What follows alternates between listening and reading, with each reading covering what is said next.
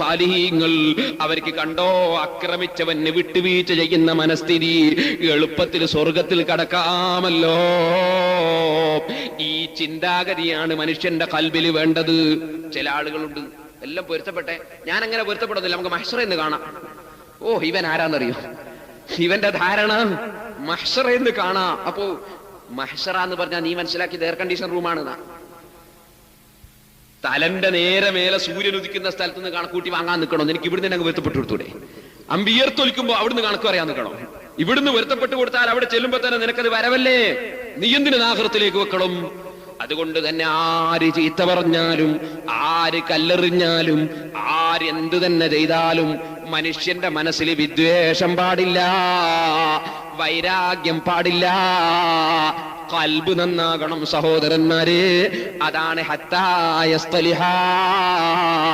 മുഅ്മിനീങ്ങൾ പരസ്പരം കണ്ടിട്ട് മിണ്ടാതെ പോയാൽ, ഹത്താ യസ്തലിഹാ, പരസ്പരം തെറ്റി നടന്നാൽ അവര് നന്നാകുന്നത് വരെ അവരെ അമല് സ്വീകരിക്കണ്ട എന്ന് പടച്ച റബ്ബിന്റെ ഓർഡർ ഉണ്ട് മലക്കുകൾക്കെന്ന്.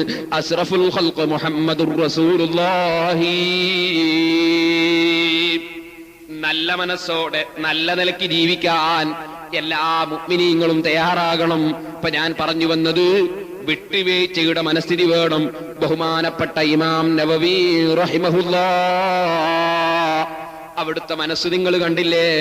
ബഹുമാനപ്പെട്ട പണ്ഡിതന്മാരെ മനസ്സ് കണ്ടില്ലേ? പക്ഷേ അവരൊക്കെയും ഒരു കാര്യം ചെയ്തു, അവരെ കിതാബുകളിലൊക്കെയും എഴുതി വെച്ചത് കണ്ടോ? അസ്റഫുൽ ഖൽഖ് സല്ലല്ലാഹു അലൈഹി വസല്ലമ തങ്ങളെ സ്നേഹം, തങ്ങളോടുള്ള സ്നേഹം, ദീനിനോടുള്ള സ്നേഹം അവരെ ഖൽബിൽ ഉറച്ചു നിൽക്കുന്നു. അതുകൊണ്ട് തന്നെ ദീനുമായി ബന്ധപ്പെട്ടുകൊണ്ട് അവർ സ്നേഹിക്കുന്നു, വെറുക്കുന്നു. അപ്പൊ ഞാൻ പറഞ്ഞു വന്ന ചരിത്രം നിങ്ങൾ മറന്നോ? നമ്മൾ ആര്യാരെടുത്തുനിന്ന് ഭക്ഷണമൊക്കെ കഴിച്ച്, അപ്പൊ ഞാൻ തൊട്ട വീട്ടിലുള്ള മനുഷ്യന്റെ വീട്ടിൽ കല്യാണത്തിന് പോകാത്തതിനെ പറ്റി പറഞ്ഞപ്പോ ഇയാൾ ഗൗരവത്തോടുകൂടെ സംസാരിച്ചപ്പോ ഞാൻ പറഞ്ഞാൽ ശരിയാവില്ല, മൂമിനായ മനുഷ്യരെ തെറ്റി നടക്കാൻ പാടില്ല, നിങ്ങൾ എന്തുകൊണ്ട് കല്യാണത്തിന് പോയില്ല? ഇയാൾ പറഞ്ഞു ചോറൊക്കെ തിന്നതിന് ശേഷം ഞാൻ പറഞ്ഞുതരാം. ഭക്ഷണമൊക്കെ കഴിച്ചതിന് ശേഷം എന്നെ പിടിച്ചു കൂട്ടിക്കൊണ്ടുപോയി. അദ്ദേഹം കൊണ്ടുപോയിട്ട് കാണിച്ചു തരുന്നത് ഒരു 5-10 തെങ്ങിന്റെ തൈകൾ. ആ തെങ്ങിൻ തൈകളുടെ ഓലകളൊക്കെ അപ്പുറത്തെ ഈ കല്യാണം നടക്കുന്ന വീട്ടുകാരന്റെ പശു വന്നിട്ട് ഓലകളൊക്കെ തിന്നുപോയിരിക്കുന്നു, വെറും കൂമ്പ് മാത്രം ബാക്കിയിട്ട്. ഇയാൾ പറഞ്ഞു, കണ്ട നിങ്ങൾ, ഞാൻ എന്റെ മക്കളെ പോറ്റുന്നത് പോലെ പോറ്റിയ ഈ തെങ്ങിൻ തൈകൾ, അതിന്റെ ഓലകൾ മുഴുവനും അവന്റെ പശുവിനെ കൊണ്ട് അവൻ തിന്നിച്ചു. എന്നിട്ട് ഞാൻ അവനെ വിളിച്ചു ചോദിച്ചു, നീ എന്തിനാ മോനെ ഇങ്ങനെ ഒരു അക്രമം ചെയ്തു? ഞാൻ എത്ര അധ്വാനിച്ചിട്ടാണ് ഈ തെങ്ങിൻ തൈയൊക്കെ ഉണ്ടാക്കിയത്? 2 വയസ്സിന്റെ മേലെ ആയില്ലേ ഈ തെങ്ങിൻ തൈക്ക്? അപ്പൊ അവൻ പറഞ്ഞത് നല്ല വേലി കെട്ടിക്കോന്നാ. എന്റെ പശുവിനെ ഞാൻ എനിക്ക് ഇട്ടേക്കില്ല എന്നല്ല പറഞ്ഞത്, വേലി കെട്ടിക്കോന്നാ എന്നോട് മറുപടി പറഞ്ഞു. അവന്റെ കല്യാണത്തിനോടോ മുസ്ലിയാരങ്ങൾ പറയും, ഞാൻ വീട്ടും കയറൂല, അവനോട് മിണ്ടില്ല, സലാം ചെല്ലാൻ നടക്കില്ല, ഞാൻ കല്യാണത്തിന് പോകില്ല എന്ന് പറഞ്ഞു. ഞാൻ ഇയാളെ പറഞ്ഞ പെട്ടെന്ന് ശരിയാവും എനിക്ക് തോന്നിയില്ല. ഓ ആകെ ഒരു 10 തൈന്റെ കാര്യമല്ലേ എന്ന് പറഞ്ഞാൽ എനിക്ക് എന്നെ തല്ല് കിട്ടുമെന്ന് തോന്നി. കാരണം അയാൾക്ക് ആ തയ്യോട് അത്ര വലിയ സ്നേഹമുണ്ട്, ആ തയ്യും അയാളുമായി അത്ര ബന്ധമുണ്ട്, ദുനിയാവ് ശരിക്ക് ഖൽബിൽ കടന്നിട്ടുണ്ട്. അങ്ങനെ കുറച്ചു കഴിഞ്ഞ് ഞാനിങ്ങനെ ഇരിക്കുമ്പോ തലമറക്കാതെ നീണ്ട താടിയുള്ള നെരിയാണിന്റെ മേലെ തുണിയുള്ള ഒരു ചങ്ങാതി കയറി വന്നു. അങ്ങനെ കയറി വന്ന് ഇവൻ അസ്സലാമു അലൈക്കും പറഞ്ഞപ്പോ ഇവന്റെ മുഖത്ത് നോക്കുമ്പോ തന്നെ എനിക്ക് തോന്നി ഇത് ശരിയില്ല. അസ്സലാമു അലൈക്കും പറഞ്ഞപ്പോ ഞാൻ മിണ്ടിയില്ല. ഇയാള് വഅലൈക്കും അസ്സലാം വറഹ്മത്തുള്ളാഹി വബറകാതുഹു വഗ്ഫിറതുഹു എന്നൊക്കെ പറഞ്ഞു. ഇവനെ പിടിച്ചു ഇരുത്തി അങ്ങനെ ചായയൊക്കെ കൊണ്ടുവന്ന് കൊടുത്ത് ചോറായിട്ട് കൊടുത്തപ്പോ ഇവൻ പറഞ്ഞു, ഞാൻ എന്റെ കല്യാണത്തിന് ക്ഷണിക്കാൻ വേണ്ടി വന്നു, നീ കത്ത് കൊടുത്തു. ഇയാള് കത്ത് വാങ്ങി. അപ്പൊ എന്നെ ഇയാൾക്ക് പരിചയമില്ല, ഇയാൾ എനിക്കും തന്നൊരു കത്ത്, നിങ്ങളും വരണം മുസ്ലിയാരെ എന്ന് പറഞ്ഞു. അപ്പൊ ഞാൻ ചോദിച്ചു, നിങ്ങൾ ആരാണ്? അവനോട് ഞാൻ ഇവിടുത്തെ നെതുവത്തുൽ മുജാഹിദിന്റെ മണ്ഡലം പ്രസിഡന്റാണ്. ആ ഞാൻ പറഞ്ഞു, നിങ്ങളെ കല്യാണത്തിന് ഞാനില്ല എന്ന് പറഞ്ഞു. അപ്പൊ ഈ ഹാജിയാർ എന്നോട് ചോദിക്കുന്നത്, എല്ലാ മുസ്ലിയാരെ നിങ്ങൾ പോന്നില്ല, പോണ്ട എങ്ങനെ പരസ്യമായിട്ട് പറയണം നിങ്ങളത്? ഞാൻ വരൂല. ഞാൻ ചോദിച്ചു, എല്ലാ ഹാജിയാരെ നിങ്ങൾ എന്തെങ്കിലും അക്കല്യാണത്തിന് പോവാ, നിങ്ങൾ തൊട്ടവരെ കല്യാണത്തിന് പോകാത്ത നിങ്ങളോട് ഞാൻ പറഞ്ഞില്ല, എന്റെ 10 തെങ്ങിന്റെ ഓല തീർത്തും തിന്നിച്ചത്, 10 തെങ്ങിന്റെ മുഴുവൻ ഇലകളും തിന്നിച്ചത് അവന്റെ പശുവിനെ കൊണ്ട്. ഞാൻ ചോദിച്ചു, എല്ലാ ഹാജിയാരെ നിങ്ങൾക്കറിയില്ലേ എന്റെ യജമാനനായ റബ്ബ്, എന്നെ രക്ഷപ്പെടുത്താൻ എന്റെ കൈപിടിക്കാനുള്ള നേതാവ്, അങ്ങനെ റബ്ബ് സുബ്ഹാനഹു വ തആല അവൻ നേതാവായി നിശ്ചയിച്ച എന്റെ പ്രിയപ്പെട്ട നേതാവ് മുഹമ്മദ് നബി സല്ലല്ലാഹു അലൈഹി വസല്ലമ മുമ്പല്ല് സംഭാവന ചെയ്തിട്ട് പോറ്റിയെടുത്ത, തലയിൽ നിന്ന് രക്തം സംഭാവന ചെയ്ത് പോറ്റിയെടുത്ത, കാലിൽ നിന്ന് രക്തം സംഭാവന ചെയ്ത് പോറ്റിയെടുത്ത പോരാ, അവിടുത്തെ കുടുംബങ്ങളിലും അവിടുത്തെ ബന്ധുക്കളിലുമുള്ള ശിഷ്യന്മാരുടെ ഹംസ റളിയല്ലാഹു അൻഹുവിന്റെ കരള് വരെ കൊടുത്തു പോറ്റിയെടുത്ത, ബഹുമാനപ്പെട്ട സഹാബത്തിന്റെ കയ്യും കാലുമൊക്കെ കൊടുത്തു പോറ്റിയെടുത്ത പരിശുദ്ധ ഇസ്ലാം ദീൻ, അതിലുള്ള 20 റക്അത്ത് തറാവിയിൽ നിന്ന് 12 എണ്ണം ഇവൻ മുറിച്ചത് നിങ്ങൾക്കറിയില്ലേ?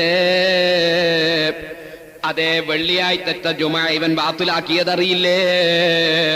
റമദാനിന്റെയും പെരുന്നാളിന്റെയും വിഷയത്തില് മാസം കണ്ടാലതനുസരിച്ച് നിയമം നടപ്പാക്കണമെന്ന നിയമം പോക്കിയിട്ട് അത് കണക്ക് നോക്കിയിട്ട് കണക്കന്മാരെ ഏൽപ്പിച്ച വിവരം അറിയില്ലേ? 3 തലാക്ക് ചൊല്ലിയാൽ ഒന്നാണെന്ന് പറഞ്ഞിട്ട് വ്യഭിചാരം നടത്തിച്ച വിവരം അറിയില്ലേ? നിസ്കാരത്തിന്റെ ഫർള് വെട്ടിച്ചുരുക്കിയിട്ട് നിസ്കാരം ബാത്തിലാക്കിയതറിയില്ലേ? ഇങ്ങനെ തുടങ്ങിയിട്ട് എന്റെ അല്ലാഹുവിന്റെ ഹബീബായ നബി സല്ലല്ലാഹു അലൈഹി വസല്ലമ തങ്ങളും അവിടുത്തെ സഹാബത്തും ശരീരത്തിന്റെ ഓരോ ഭാഗങ്ങളും സംഭാവന ചെയ്ത്, സമ്പത്ത് സംഭാവന ചെയ്ത്, ശരീരം സംഭാവന ചെയ്ത് പോറ്റിയെടുത്ത പരിശുദ്ധ ദീനുൽ ഇസ്ലാം ഇവൻ ഇഞ്ചിഞ്ചായി മുറിച്ച് നശിപ്പിച്ച വിവരം നിങ്ങൾ അറിയില്ലേ? നിങ്ങളെ 10 തയ്യ് നിങ്ങളൽപ്പം ഫാക്ടം ഫോസും കുറച്ച് ചാണകവും കുറച്ച് വെണ്ണീർ വിട്ട് പോറ്റിയെടുത്ത നിങ്ങളെ തങ്ങിൻ തൈക്ക് നിങ്ങൾക്ക് വല്ലാത്ത സ്നേഹമുണ്ടല്ലേ? എന്നാൽ എന്റെ പ്രിയപ്പെട്ട നബി സല്ലല്ലാഹു അലൈഹി വസല്ലമ തങ്ങളുടെ രക്തം കൊടുത്തു പോറ്റിയ ദീനിനോട് എന്റെ കൽബിൽ സ്നേഹമുണ്ട് കേട്ടോ. അല്ലാഹുവിന്റെ റസൂലിന്റെ ചോര കൊടുത്തു പോറ്റിയ ദീനിനോട് എന്റെ കൽബിൽ സ്നേഹമുണ്ട് കേട്ടോ. സഹാബത്തിന്റെ കയ്യും കാലും കൊടുത്തു പോറ്റിയ ദീനിനോട് എന്റെ കൽബിൽ കൂറുണ്ട് കേട്ടോ.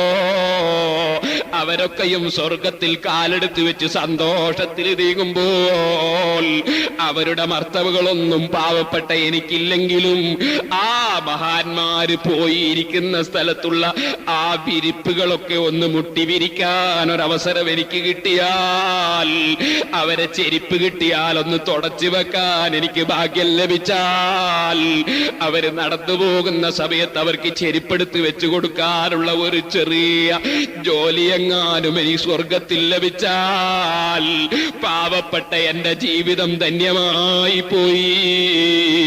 അവരെ ചോരയ്ക്ക് വില കൽപ്പിക്കാതെ, അവരെ സമ്പത്തിന് വില കൽപ്പിക്കാതെ, അവരെ പ്രവർത്തനത്തിന് വില കൽപ്പിക്കാതെ നിങ്ങളെ 10 തയ്യിന്റെ ഓലക്ക് നിങ്ങൾക്ക് വിലയുണ്ട് കേട്ടോ.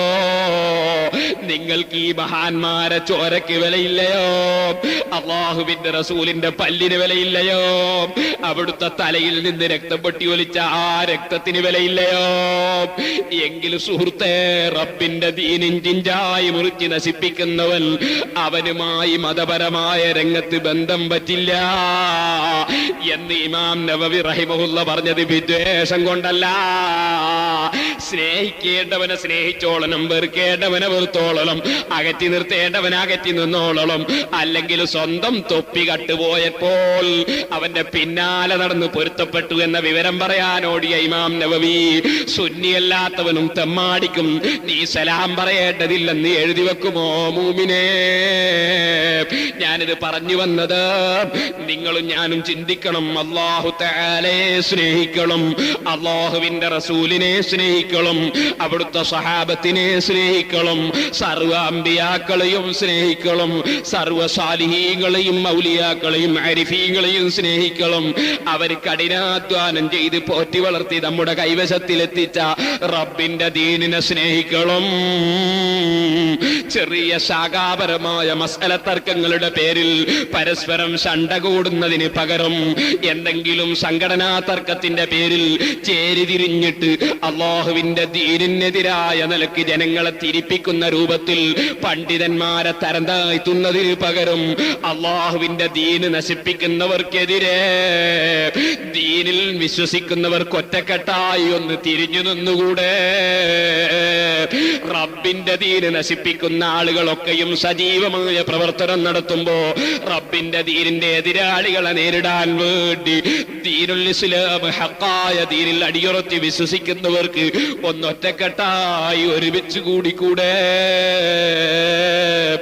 അത് അതെങ്ങാനും ഒരു മനുഷ്യൻ പറഞ്ഞു പോയാൽ അവൻ ദുന്യാവിൽ പരാജയപ്പെട്ടവനായി പോയി, അല്ലെങ്കിൽ അവന്റെ ചിന്ത അവൻ പരാജയപ്പെട്ടിട്ട് മാറിപ്പോയി എന്നൊക്കെ പറയുന്ന രംഗത്തേക്ക് മനുഷ്യൻ അതപ്പതിച്ചു പോയ ഈ ആഖിർ സമാനുണ്ടല്ലോ.